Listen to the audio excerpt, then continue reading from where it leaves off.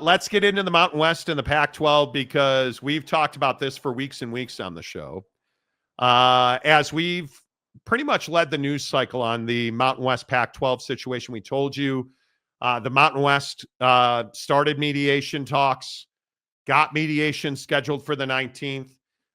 We have told you that not a single member of the exiting members of the Mountain West has filed their letter or their $5,000 deposit on their exit fees, which must be done by June 1st. What are we, 4 days away at this point from that deadline arriving?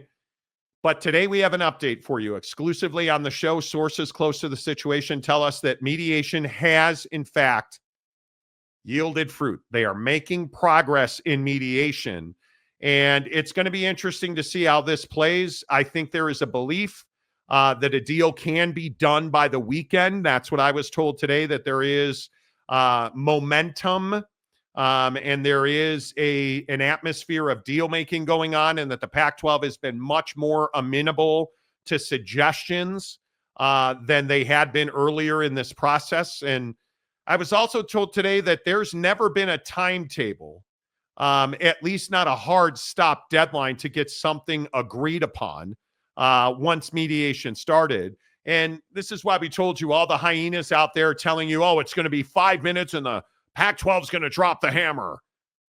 That was never going to be the case. I don't think anybody is, certainly not on this show, have we told you to expect a short and sweet process in mediation, because there's too many things to talk about.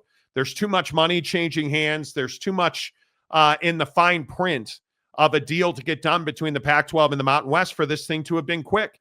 I also am very confident, based on conversations I've had with sources close to the situation, that there is an environment where there is a possibility of collaborating. Are you sorry about that? You're going to make it over there? Like, I'm sorry. Good night. There is a possibility that the exiting members of the Mountain West are amenable to deal making. And I think what that means is that they're open to conversations about what a future relationship between the Mountain West and the Pac-12 looks like. I was straight up told that just because there's not a merger does not mean there will not be a relationship between the Mountain West and the Pac-12. Because I think outside of a guy like J.D. Wicker, who you're going to hear from in a minute, who continues to just be an embarrassment, in my opinion, to the Mountain West and the Pac-12, because the guy just won't shut up. But outside of J.D. Wicker, it's not as though bridges have been burned with the exiting members. Boise State has been very professional, is the way it was described to me in their conversations with the Mountain West. And I think those at the top of the Mountain West hierarchy understand that this was always a leverage proposition, that the exiting members were never going to do anything that was going to hasten this process along until an exit deal was made. I also think it's very interesting that once June 1st gets here, a lot of business is sitting on the table for the Mountain West to be done. I think you have to remember, you have summer meetings coming up in days after the deadline. So there is real business to be done. The Mountain West has an aim to cut their legal expenses and get to making money for 2026. So both sides of this have a lot of business to be done. But Jake, I don't think that there is any doubt that if there is onus to get a deal done, certainly there is more urgency on the Pac-12 side of this than there is on the Mountain West side of it. Yeah, and I think that's been the case for some time. You know, the Pac-12 is the Pac-12 and its supporters and its group will tell you that they have all the leverage and all the power, and you know that's always been the narrative. But from my perspective, I've always felt like the Pac-12 has a lot more to lose here. I think that when you're talking about your existence being on the line, I think it's hard to have more to lose than that. And I think that if you can't find a proper deal here in mediation, if you can't find a way to, work together or figure out some possible way to get, discounts or, relief from these penalties, I just don't see how you move forward. Because again, people have been telling us for months, we've heard from multiple people, whether it was Wicker or other folks, the radio wizard in the Northwest telling us that, the Pac-12 was going to get this prolific TV deal, and we knew what it was. And we are crushing souls. Yeah, so we've been hearing that rhetoric for some time, and I just think that if that was the case, you'd already done this, and you would have come into mediation, in my opinion, with much more than absolutely nothing, in my opinion. Because let's be really honest, when you're negotiating, the person with the leverage has the power. And the Pac-12 does not have leverage and thus does not have power because they are the ones who are on the wrong side of the contract that everybody agreed to.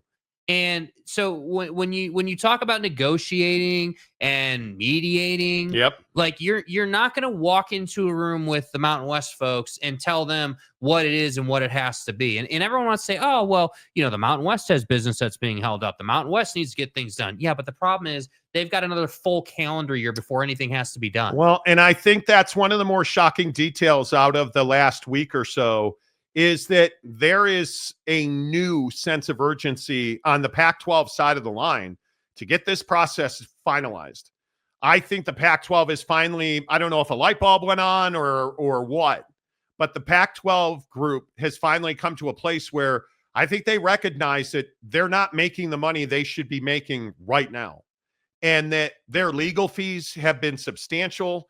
The personnel and the time vampire that this mediation, negotiation, court case has taken up, it has been a lot more arduous than I think they thought. I truly think, after talking to sources familiar with the Pac-12's way of thinking, I think they thought that the Mountain West was going to fold. I truly, for the first time, feel like over the last 10 days, I truly feel like people in the Pac-12 offices thought that the Mountain West would fold and disappear.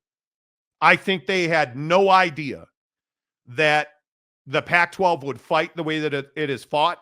I think they had no belief that UNLV would do what UNLV's done, which is stay in the Mountain West and sign a long-form grant of rights. I think people in the Pac-12, based on what I was told, thought that once 1-2 members left, and really once San Diego State and Boise left, are the two that always seem to come up when I'm talking to people. Once those two left the Mountain West, that everybody would leave the Mountain West. And that simply did not come to be. Right. That did not materialize. It did not happen. The Pac-12 was caught off guard, according to my sources. The Pac-12 was caught off guard by how galvanized the remaining members of the Mountain West were and how quickly Gloria Nevarez moved to shore up her flanks. And I think she did as good a job as you could have done. And I understand that there's vitriol and people think that everybody hates each other. As far as I'm concerned and what I've heard, nothing could be further from the truth. And I'll go back to what we talked about last week. If the Pac-12 somehow, and I don't think it will, and I'm not saying that, but if the Pac-12 fell apart, multiple sources have told me the exiting members would be welcome back to the Mountain West. So nothing could be further from the truth that all the bridges are burned and everybody hates each other. That's not the way business gets done. Unless you're San Diego State and J.D. Wicker, because this I do not understand. And I have tried to give J.D. Wicker the benefit of the doubt. I have tried to tell you that, hey, when J.D. Wicker talks, you probably really shouldn't pay much attention to what he says, because we continue to go back. And if you go back, 6 weeks now, when he was in front of his folks talking about how, we're going to have a deal done by March 31st. And you remember. At the end of next month, we will have the MOU done for our television deal. So we will know what our TV deal is going to be. How did that work out? It didn't. It didn't. And then today, we get more video of J.D. Wicker.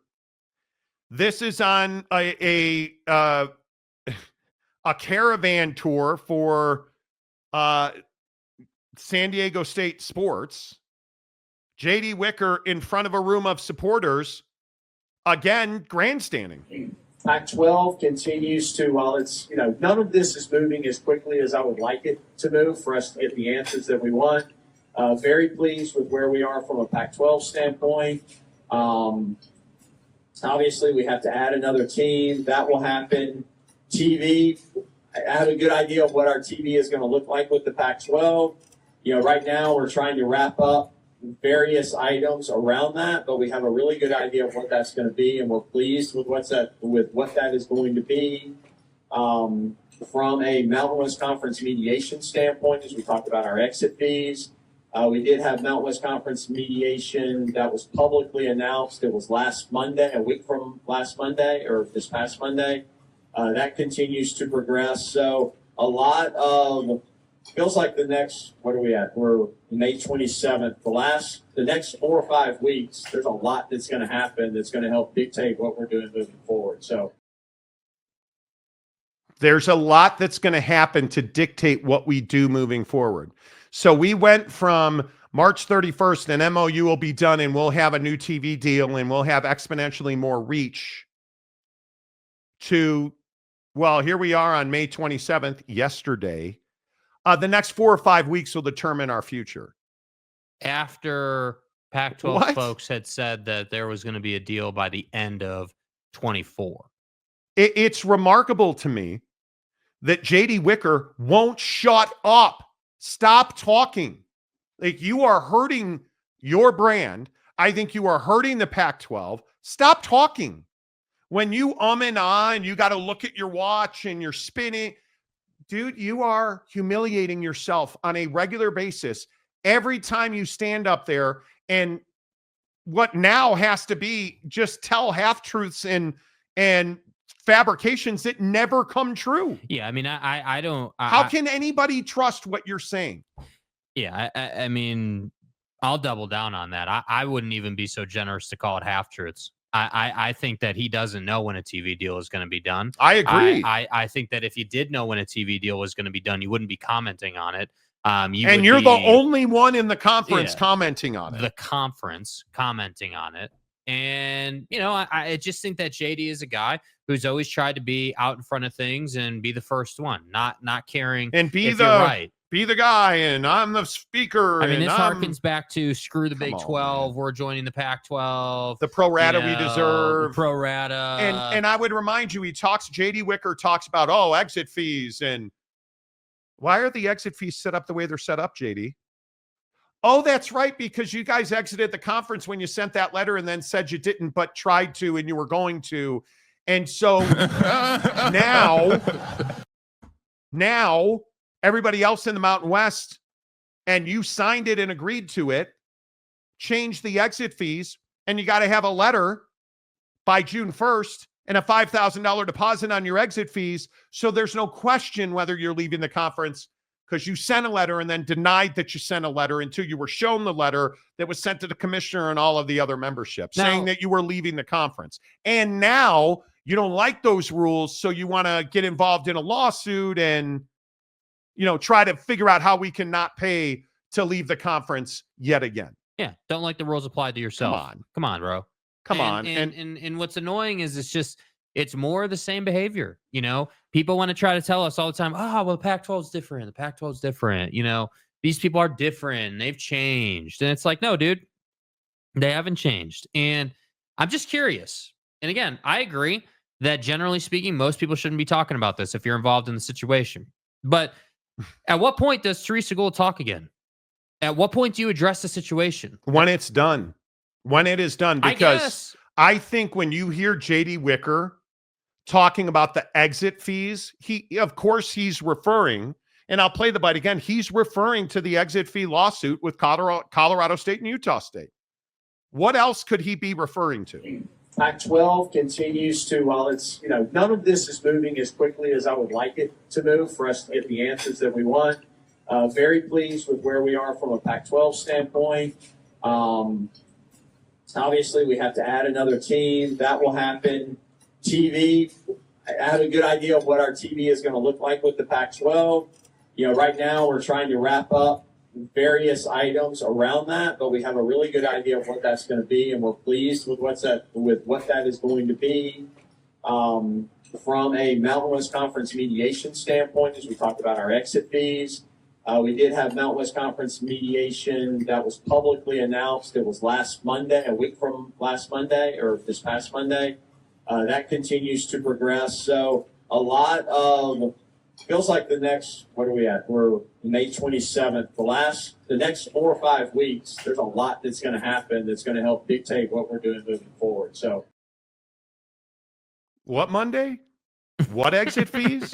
Like this guy is such a used car salesman. Like, I feel terrible for San Diego State fans. In my opinion, he's not a good athletic director. In my opinion, I think he is telling half truths. In my opinion, JD Wicker has no business speaking or representing the Mountain West or the Pac-12 or San Diego State, because every time he does, it goes horribly wrong. And I'm just trying to understand what's the strategy, JD? What do you think that continuing to talk and continuing to comment and continuing to feed this line of half truths or just unsuredness, if you will, to your supporters? I don't understand it's almost like every time I hear him talking about this, I feel like he's talking to folks that he's like in desperate need of money from. It's like that guy that, it's like that guy in a movie who is like in desperate need and has to sell someone on something that they have no idea what they're talking about, but they're like, oh yeah, this is going to be amazing and this is going to get done and everything's amazing. Give me the money. I'll make sure I pay you back. Like, that's what it comes across to me as. Like, yeah. you're just spinning and like trying to put out this narrative, but ultimately there's nothing here. There nothing can be done and nothing will get done until mediation is concluded. And I got to tell you, I'm not confident that there's going to be some amazing deal for the Pac-12 coming out of mediation, that they're just going to get some grand discount on exit fees and poaching fees. And like, I just think if you assume that the conference is getting those discounts, I don't know where you're getting that from. I struggle with this idea that either one of these conferences, unless they merge, without a merger, neither one of these conferences will thrive.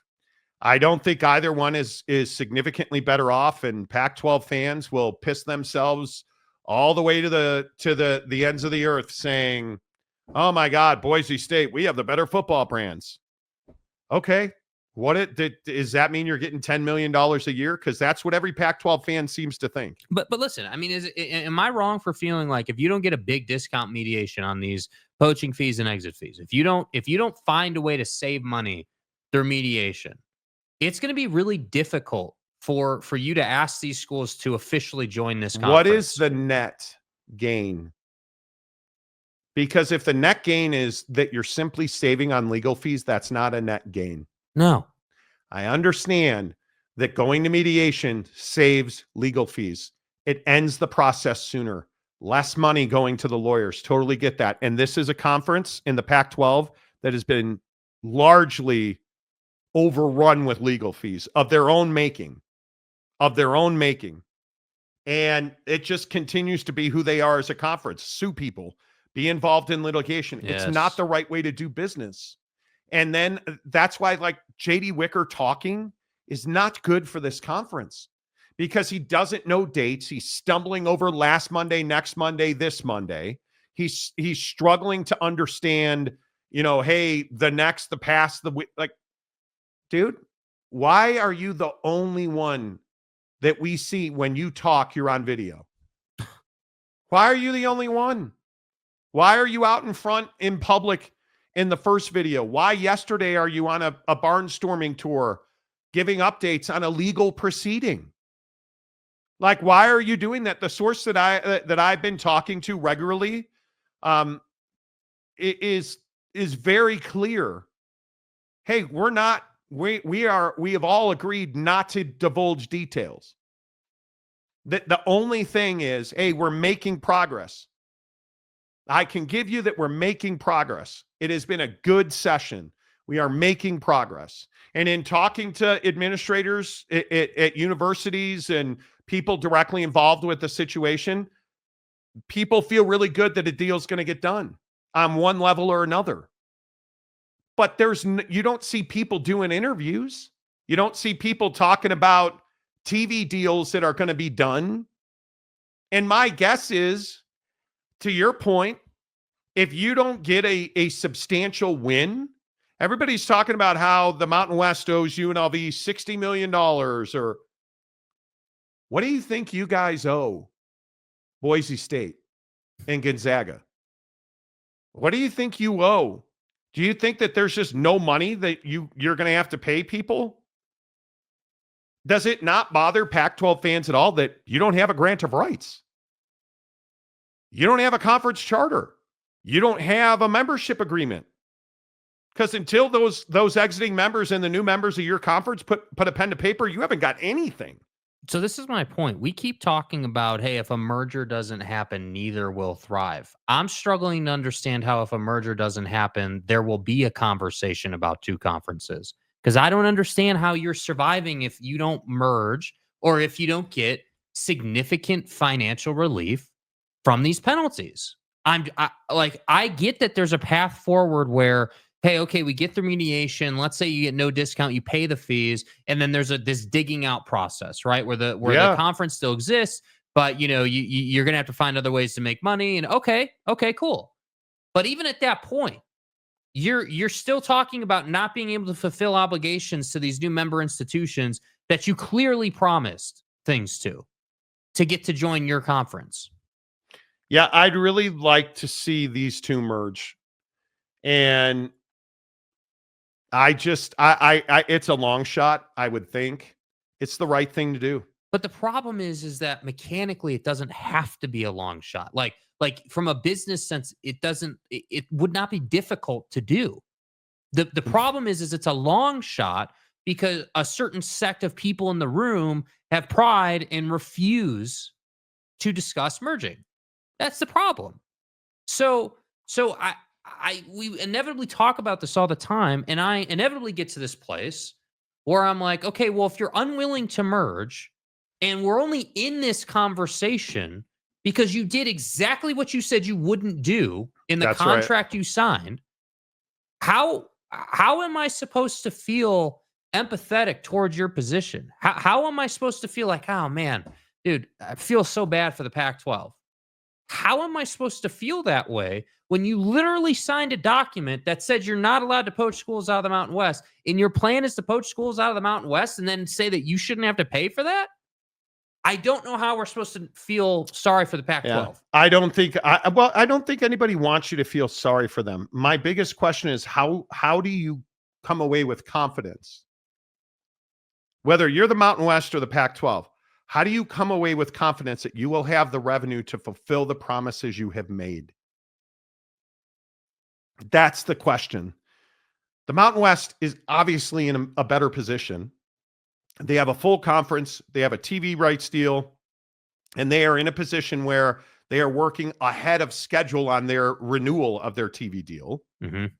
My opinion is, based on people in the TV industry I've spoken to, that the CW deal and the ESPN CBS streaming deal, I think, is pretty similar to what the Pac-12 will get going forward, because ESPN needs the digital content.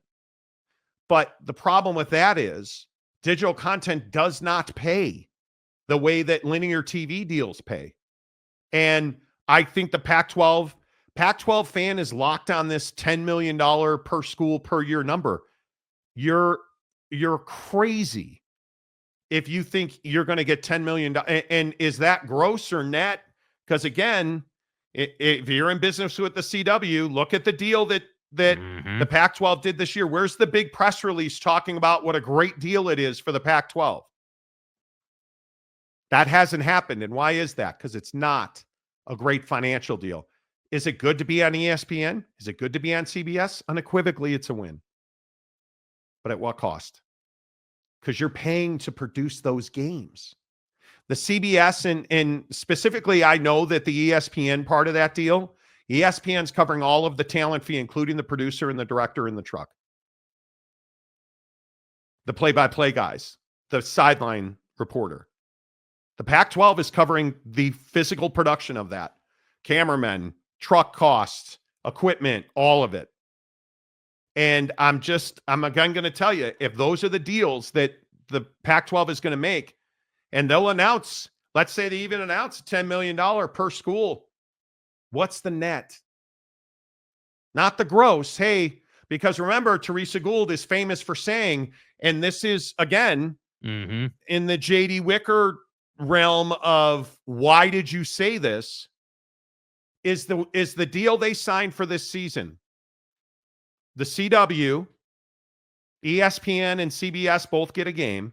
Is this transformative, or did the TV partners, the distribution partners, cut you a check? Because it sure seems like they cut you a check and you're the one producing the game. Does it meet this bar? You know, the one thing I keep saying to potential partners is, given where we are as a league, I don't want these partnerships to be transactional partnerships. I don't want this to be a media rights partner writing us a check and televising a bunch of games. We need these partnerships to be transformational at this point, and for somebody to really jump in with us and say, we want to help elevate and reimagine the new Pac-12. Yeah. You have a transactional deal. Quite literally. But you didn't have a choice in this case. You're on the CW and you get a game on ESPN and CBS. And that's it. They paid you. You're handling the production. That's a transactional deal. In no way, shape, or form is the deal that we have for this coming year in the Pac-12 a transformational partnership. Yeah, and I think the hard part is that you didn't put yourself in a position to get that kind of partnership. Nope. You know, and I think, you know, the hard part is, you know, I don't know, you probably would know this better than I do, but you know, TV partners like the CW or, you know, ESPN or whoever you want to look at, you know, it matters how you conduct business. I mean, we learned that lesson through the old Pac-12 negotiations with ESPN, right? We all remember the ask of $500 million from George Kliavkoff to ESPN and how just you know, asinine that ask was. And so I sit here and I listen to Teresa Gould, you know, in that clip that we've played so many times, talk about transformative partnerships, I should say. And I just sit here and I say, well, if you want that level of partnership, I mean, isn't there this factor that you have to show that you're worthy of that level of partnership? I mean, if you're a TV, you know, like if you're a TV partner, you're sitting there saying, okay, we gotta be real careful with how long we're committing to this proposition and at what level we're committing to. Because yes, that late night window is valuable, but let's be really honest. That late night window is already covered. The Big Ten has that late night window. So, and there is room there. There is room there for another product. I'm not going to be convinced there's room for the Pac-12 and the Mountain West to go head to head for a late night TV window contract. I just don't see it. I completely agree. So when we look at this, and the surprising part of this today, to me, is that yes, I'm told in very scant detail, without much detail, progress has been made. Because that's what I can tell you. I'm willing to tell you progress has been made. On what? On how? Not going to comment. Cannot tell you. And I was told directly, hey, everybody involved has agreed not to leak, not to talk to the media, not to let out what we are discussing in detail. So, and it's the way it should be. Mm-hmm. And the word that was used is we agreed to put a lid on the mediation. And they have. You have heard almost no details, right?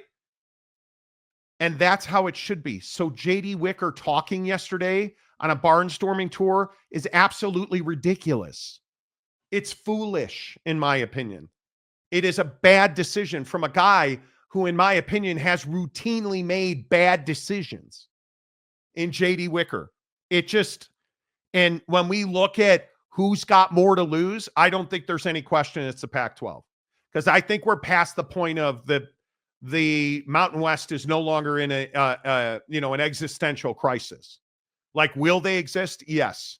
The Mountain West will exist. Yes. Because you're not, the only way that league would have been in real peril is if they'd have gone to court and they'd have lost every decision. And they would have got no exit fees and no poaching fees. And okay, now you're in real trouble. But that's not going to happen. That's not even possible at this point. So I think that we aren't in an existential crisis necessarily. And I don't know that either league is, but I do believe that the Pac-12 has a lot more unanswered questions. And it is mainly who's going to be in that league and where's the transformative media rights partnership that Teresa Gould espoused about. Yeah.